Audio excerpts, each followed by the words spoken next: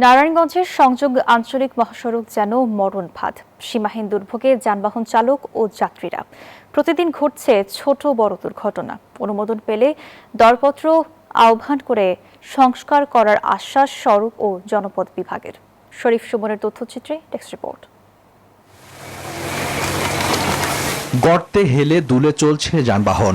এক গর্ত থেকে রক্ষা পেতে না পেতেই সামনে শত শত গর্ত। কোথাও পিচ উঠে গিয়ে ইটের খোয়া ও মাটি বেরিয়ে এসেছে, আবার কোথাও বৃষ্টির পানি জমে বোঝার উপায় নেই কোনটি সড়ক আর কোনটি গভীর গর্ত। একটু অসতর্ক হলেই ঘটছে দুর্ঘটনা। নারায়ণগঞ্জ বন্দর ও সোনারগাঁও উপজেলার অন্যতম সংযোগকারী আঞ্চলিক মহাসড়কের ৫ কিলোমিটার অংশ যেন মরণ ফাঁদ। একমাত্র স্মার্ট সিটি বসুন্ধরা, আধুনিকতায় এক ধাপ এগিয়ে। স্থানীয়দের অভিযোগ, সড়কের এমন দশায় দুর্ঘটনার ঝুঁকি নিয়ে যাতায়াত করছেন তারা। রাতে দুর্ঘটনার আশঙ্কা বাড়ে কয়েক গুণ। যাওয়ার সময় মনে করে উল্টা খাই পড়ে গেছি গা, এমন ভাবে থাকা যায় আর কি।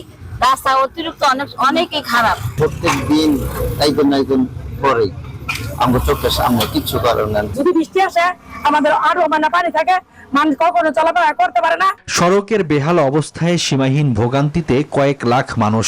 দীর্ঘদিন ধরে চলাচলের অনুপযোগী হয়ে পড়লেও সংশ্লিষ্ট কর্তৃপক্ষ যেন উদাসীন। গাড়ির যন্ত্রাংশ ভেঙে ক্ষতির মুখে পড়ছেন চালকরা।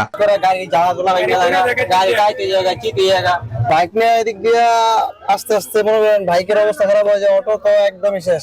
গাড়িতে পরে ভেঙে গেছে গা। এইসব রাস্তা যদি ঠিক না করে তা পাবলিকের অনেক সমস্যা হইতেছে, অনেক ক্ষতি হইতেছে। সড়ক ও জনপথ বিভাগ বলছে, মহাসড়কটি মেরামতে কয়েকবার প্রস্তাব পাঠানো হলেও অনুমোদন মেলেনি। অনুমোদন পেলে সংস্কার করা হবে। এই মহাসড়কটি ক্ষতিগ্রস্ত অংশ রয়েছে এবং সেটি স্থায়ীভাবে মেরামতের জন্য আমরা দরপত্র আহ্বান করেছি, যেটি বর্তমানে অনুমোদনের জন্য মন্ত্রণালয়ের প্রক্রিয়াধীন আছে। অনুমোদন হয়ে গেলেই আমরা কার্যাদেশ প্রদান করতে পারবো, তারপরে কাজটি শুরু হবে। আঞ্চলিক মহাসড়কটি দ্রুত সংস্কার করে দুই উপজেলার কয়েক লাখ মানুষের ভোগান্তি কমবে, এমনটাই প্রত্যাশা ভুক্তভোগীদের।